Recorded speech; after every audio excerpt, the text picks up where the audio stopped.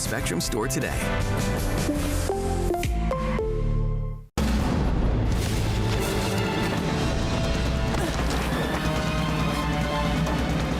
Even the mighty might not see it coming. It's prediabetes, and it captures 1 in 3 adults. But you can escape. Take the 1-minute prediabetes risk test to know where you stand and prevent or delay type 2 diabetes. Be your own hero on smartphones everywhere at doihaveprediabetes.org. Spectrum News Plus. Local stories, connecting communities. Streaming now on the Spectrum News app and free with your Spectrum subscription. I'm Sharon Tazwell. Here's your Spectrum News in 90. Incredible images from Toronto's Pearson Airport Monday after a Delta Airlines plane with 80 people on board flipped upside down upon arrival. At least 8 people are injured, including 1 critical. The flight came from Minneapolis. Video from the scene shows the plane belly up on the snowy tarmac as emergency crews respond. Here in the U.S., severe winter weather is moving west as a polar vortex grips the Rockies and the northern plains. Storms over the weekend killed nearly a dozen people, including 9 from Kentucky, following severe flooding. Life-threatening cold is expected into Tuesday. If people are not paying attention to it, they're going to be shocked by what's going to happen over the next few hours and the next few days. Elon Musk's so-called Department of Government Efficiency is seeking access to the IRS's highly sensitive taxpayer data system. It is the latest agency to be targeted by DOJ as Democrats condemn the move. Meanwhile, hundreds of probationary employees have reportedly been fired at the FAA. Some federal employees are now speaking out. My reaction to receiving the notice was complete and utter shock. And there's just a lot of questions about what we are supposed to do next to take care of ourselves. And that is your Spectrum News in 90.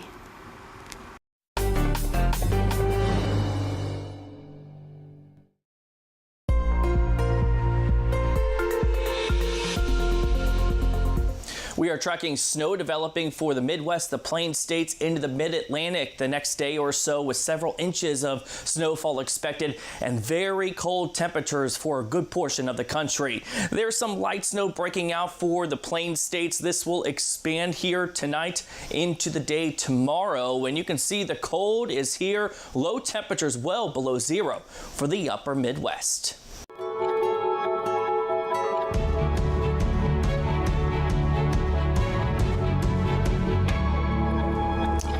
Developing out of Canada, a badly injured child is among 8 people who were hurt Monday when a Delta Airlines plane flipped upon arrival at Toronto's Pearson Airport.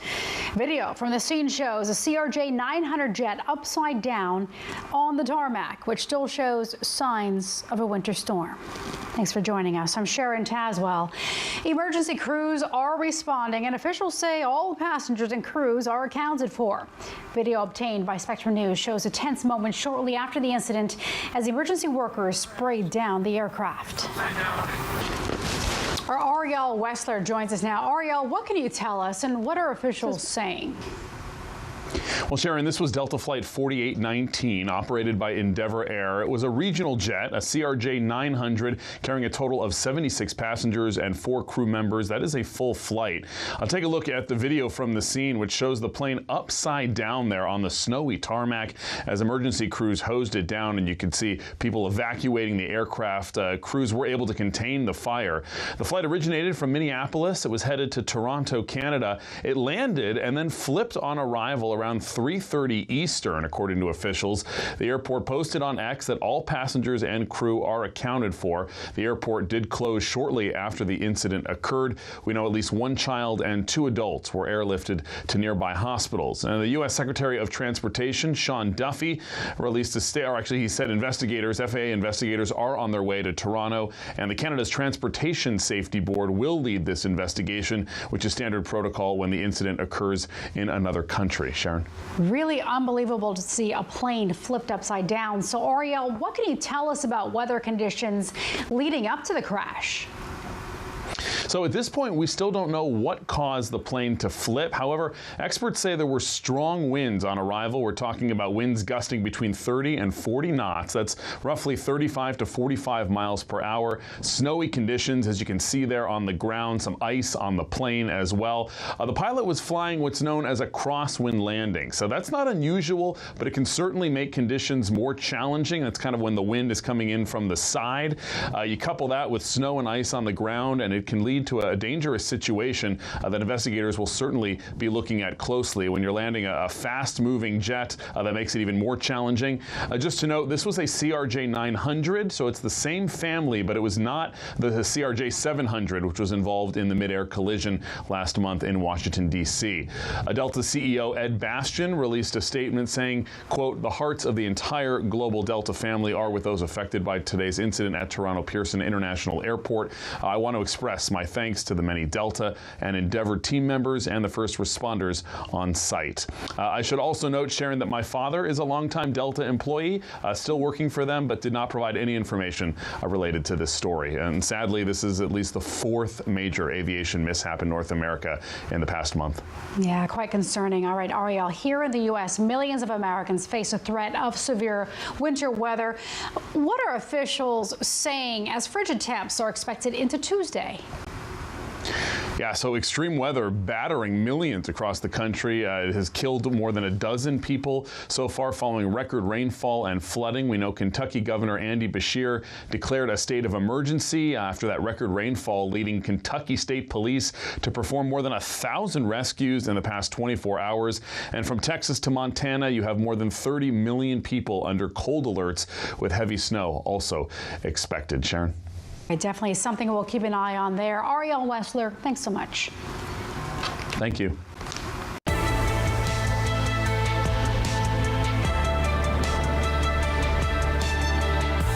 In Washington, billionaire Elon Musk and his Doge government efficiency team are reportedly trying to access a sensitive IRS payment system that provides taxpayer private data and business information.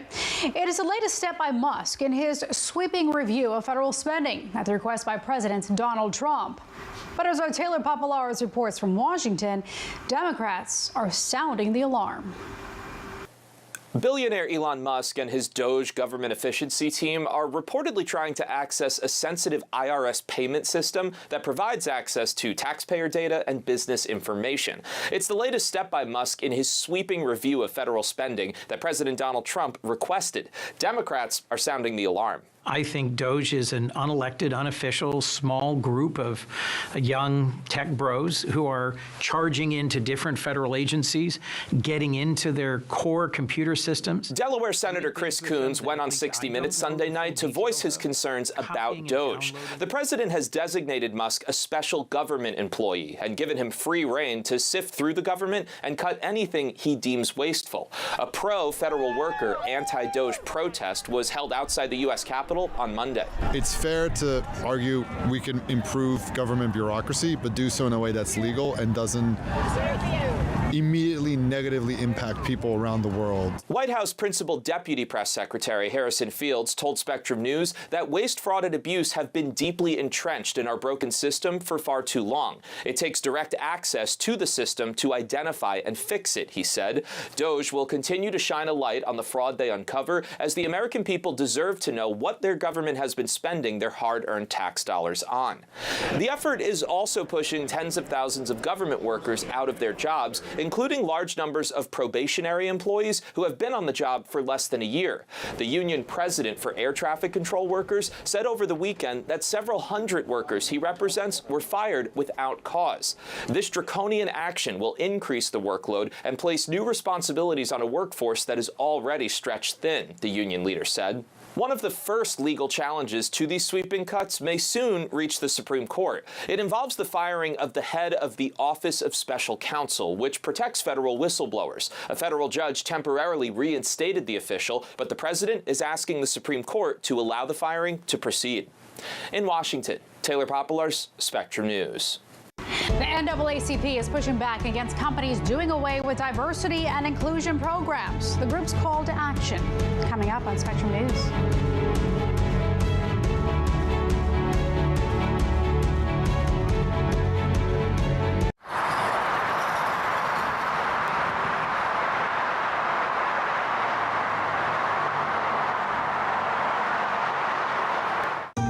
said we'd never break the 3-second rule. Never do that. And never become a minivan mom. Hey, Chris. As parents, we say never a lot, but never happens.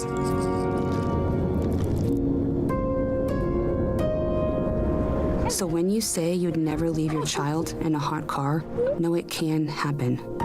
Before you leave the car, always stop, look, lock. Great news, Spectrum Internet customers. Now you can try Spectrum Mobile risk-free for a full year at no cost to you. It's easier than ever to switch. Bring your own device and we'll pay off your phone balance up to $500 per line. Spectrum Mobile brings you a reliable nationwide 5G network you can count on wherever you go. Plus, upgrade your phone anytime, as many times as you want, for any reason when you get Unlimited Plus. Call or visit a store near you. Our specialists are ready to help you switch. I'm an ex-drug dealer, and I'll be your sub today.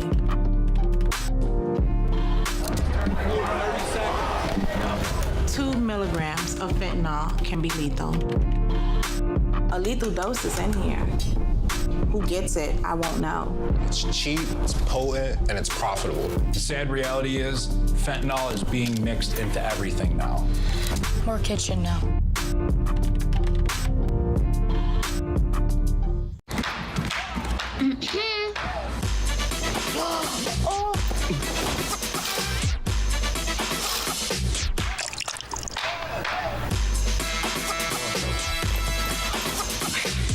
You're not gonna get it all right. Just make sure you nail the big stuff. Mama! Like making sure your kids are in the right seat for their age and size. Get it right at nhtsa.gov/the-right-seat.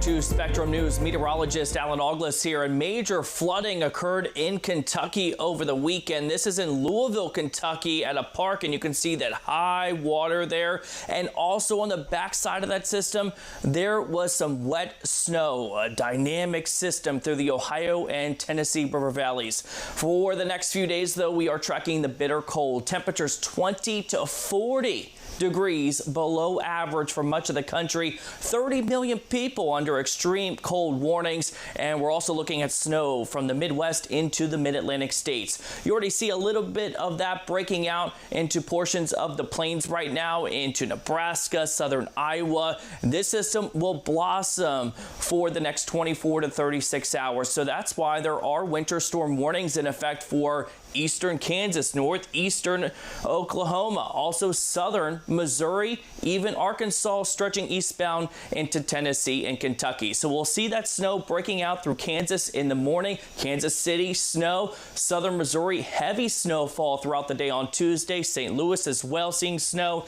and Kentucky, even Nashville seeing snowfall as well. And then it eventually moves east towards southeastern portions of Virginia, northern North Carolina, accumulating snow for midweek. So how much are we looking at? Well, from Kansas to southern Missouri, over 6 inches of snowfall. St. Louis, a little bit less than that. Kentucky, 3 to 6 inches. And then we'll see more snow, 6 to 8, possibly 10 inches for northeastern portions of North Carolina.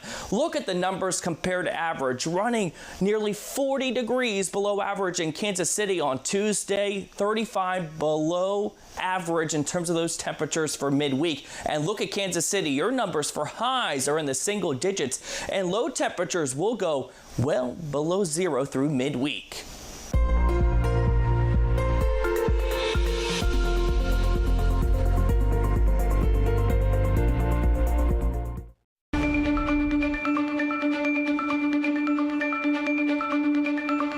Just joining us, here's what you need to know. A Delta passenger plane has crashed in Toronto. The plane coming from Minneapolis flipped upside down. Airport officials say at least 8 people are hurt. Elon Musk's so-called Department of Government Efficiency is seeking access to taxpayer data at the IRS.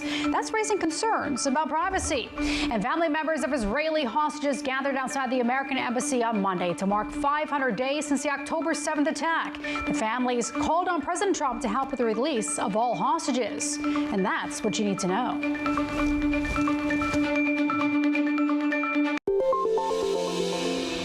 As the Russia-Ukraine war nears its 3-year mark, U.S. and Russian officials are set to meet in Saudi Arabia Tuesday for peace talks. However, Ukraine's president says he was left out on peace talks, saying there will be, quote, no results. Spectrum's Karina Capabianca is in Washington with the latest. Secretary of State Marco Rubio, National Security Advisor Mike Waltz, and Special Envoy Steve Witkoff are in Saudi Arabia to begin talks with Russia aimed at ending the war in Ukraine. President Donald Trump is pushing for the war to end as soon as possible. A lot of people are dead right now that should be alive, and a lot of cities are destroyed. It's the first high-stakes level meeting between the two countries since the U.S. began a policy of isolating Russia after it invaded Ukraine 3 years ago. But Ukraine's President Volodymyr Zelensky said he was not told of the meeting and should have been invited since his country's future is at stake. Ukraine will not participate. Ukraine knew nothing about them. Ukraine perceives any negotiations about Ukraine without Ukraine as those with no results. We cannot recognize anything or any agreements about us without us. In an interview with NBC News, Zelensky said the U.S. and the West should be clear-eyed about the long-term intentions of Russia's President Vladimir Putin, which Zelensky says could include invading NATO countries. All this is occurring against the backdrop of an apparent shift in U.S. foreign policy away from NATO and Europe.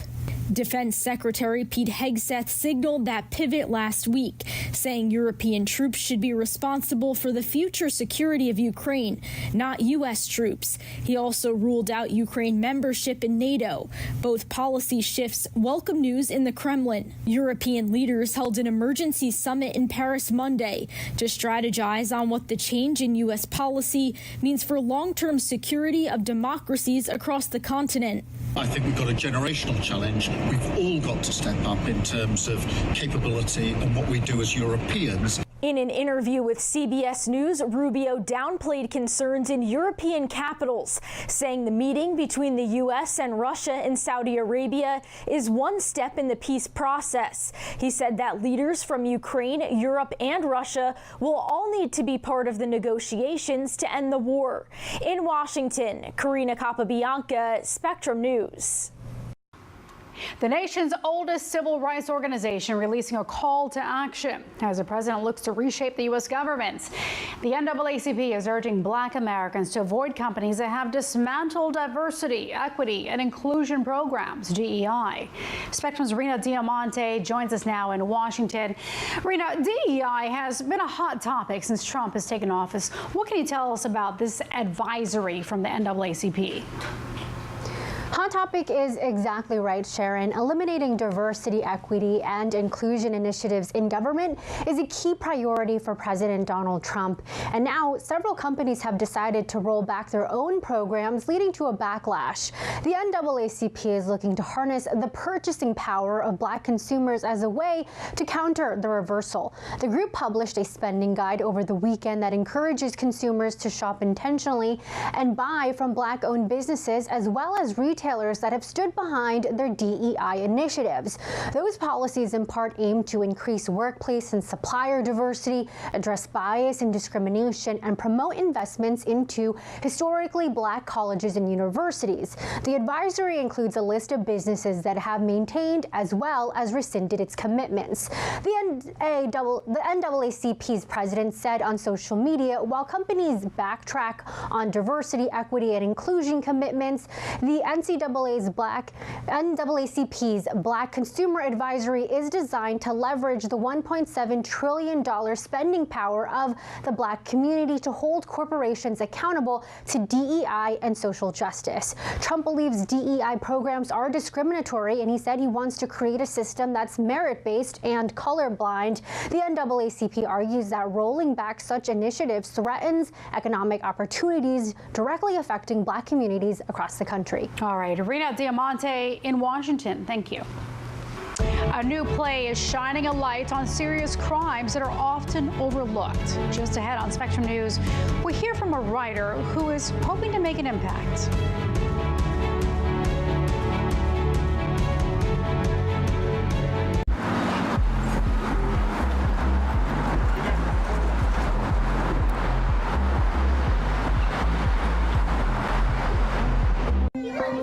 millions of school-age children across the country, the state of their schools can have a lasting impact on their health and well-being. The majority of school districts aren't doing comprehensive regular water quality testing. As CO2 levels rise in a space, cognitive function takes a direct decline. We visit 2 school districts working to create safe and healthy environments for their students. Watch Exploring Your Health, Curing Our Classrooms. Available on the Spectrum News app.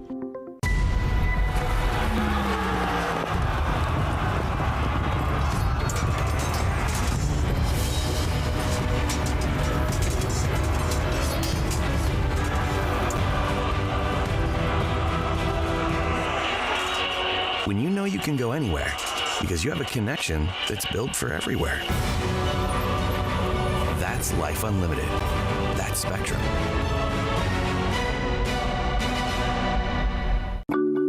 I tell my son, I love you every single day. I love you. Now, my dad has never said that to me. Not because he doesn't love me, but because culturally it wasn't comfortable for him.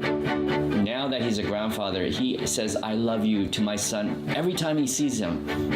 My advice to all the fathers out there, forget the cultural restrictions. They grow up way too fast for you to waste even a single precious moment. Food isn't just fuel to live, it's fuel to grow. My family relied on public assistance to help provide meals for us. These meals fueled my involvement in theater and the arts as a child, which fostered my love for acting. The Feeding America network of food banks helps millions of people put food on the table. When people are fed, futures are nourished. Join the movement to end hunger, and together we can open endless possibilities for people to thrive. Visit feedingamerica.org/actnow.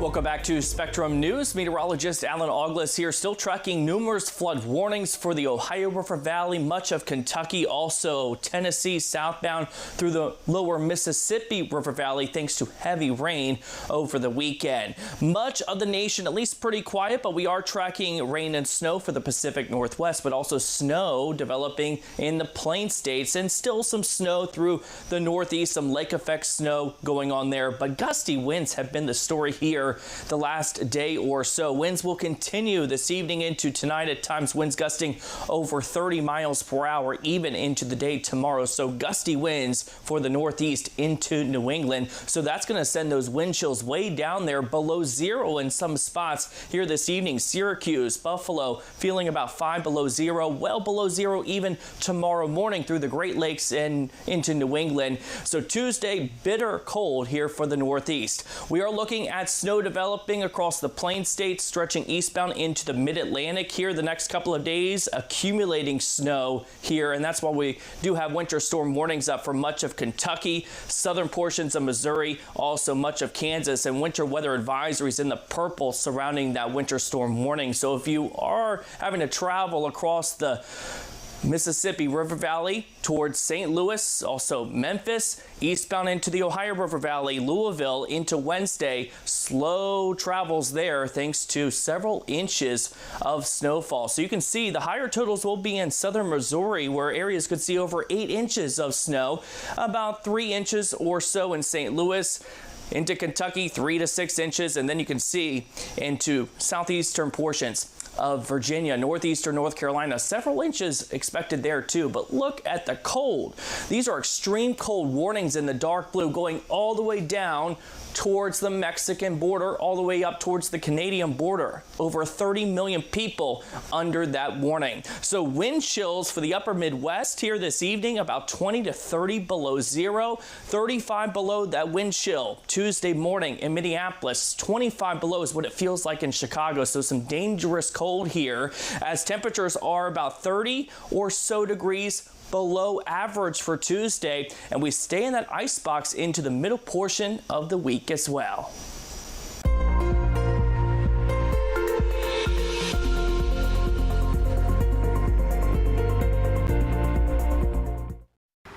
According to the Urban Indian Health Institute, murder is the third leading cause of death for Native American women. Now, one playwright is using her voice to draw attention to the many cases that go unsolved. Spectrum's Tara Lynn Wagner has more on the new play, 4 Women in Red. Talk to your tribe. Organize a community search. The 4 women in the new play 4 Women in Red meet in a waiting room. They're 4 women in mourning, 4 women frustrated, 4 women determined. Playwright Laura Shamus has been writing Indigenous roles since 1980. An enrolled member of the Chickasaw Nation, she uses her voice as a writer to give voice to her community and the issues that aren't being heard. In this case, the number of missing and murdered Indigenous women whose cases go unsolved. I don't think one play can change the whole balance of something, but I think it can join the growing chorus of things and help to make some noise about it. According to the Urban Indian Health Institute, murder is the 3rd leading cause of death for Native women. The CDC estimates that the murder rate among Native women and girls is 10 times higher than the national average. Laura says the reasons why these cases go underreported and unsolved are many. Distrust of law enforcement, jurisdictional questions, a lack of communication among agencies. Director Jeanette Harrison is a member of the Onondaga Nation. She says a lack of media representation hurts the community, and bad representation that perpetuates stereotypes does even more harm. So to have a cast of Indigenous women playing authentic, complex Indigenous characters, she says, is a necessity. Storytelling, increasing visibility for Native people, Native communities, Native issues, and supporting Native artists in positions of leadership on Native stories is the way that we make change. 4 Women in Red was first developed as part of the Autry's Native Voices, the only Actors Equity Theater in the country devoted to developing new works by Indigenous playwrights. This is the first play in their 30-year history to be produced by another theater in Los Angeles.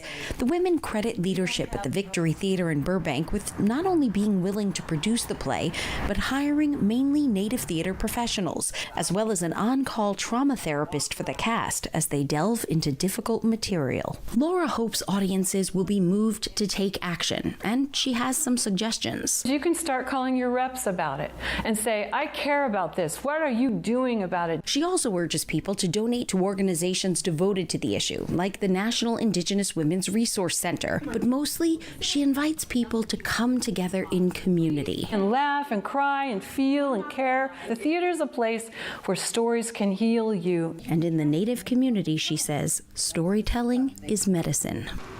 I'm Sharon Tazwell. Thanks for watching. Your Spectrum News at 90 is coming up right after this short break. Stay with us.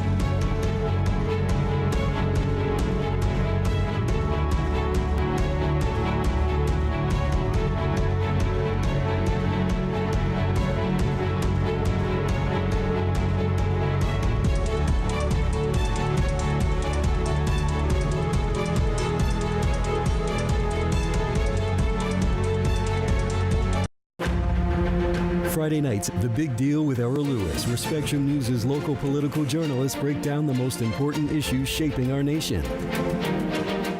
Our journey towards improving mental health doesn't always present a clear path. Every Thursday on Your Mental Health, we listen to voices across our communities, discussing the challenges of everyday life and presenting accessible resources to guide us along the path to our well-being, providing hope and empowering choices that light the way to a healthier you. Your Mental Health with Dr. Nicole Clark, Thursdays on Spectrum News Plus, available on all your favorite devices. The future is here with Spectrum Mobile and the new Samsung Galaxy S25 Ultra with Galaxy AI.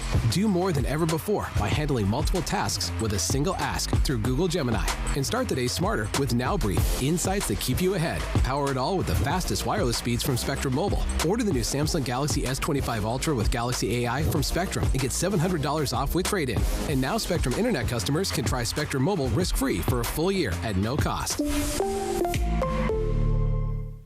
Whether it's our stories,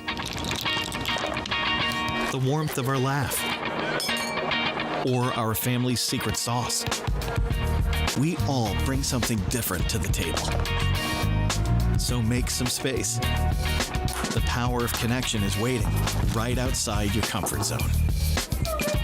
Learn how you can help strengthen your community at belongingbeginswithus.org/teamup. Weather can be beautiful, inconvenient, and at times powerful. And it affects everything we do. At Spectrum News Plus, our weather experts update you with the information and the context you need so you can better plan your day. And we do it every 10 minutes. We're the calm in the storm. Weather on the Ones on Spectrum News Plus, exclusively on Spectrum. And get your weather anytime on the Spectrum News app. Spectrum News Plus. Local stories, connecting communities. Streaming now on the Spectrum News app and free with your Spectrum subscription.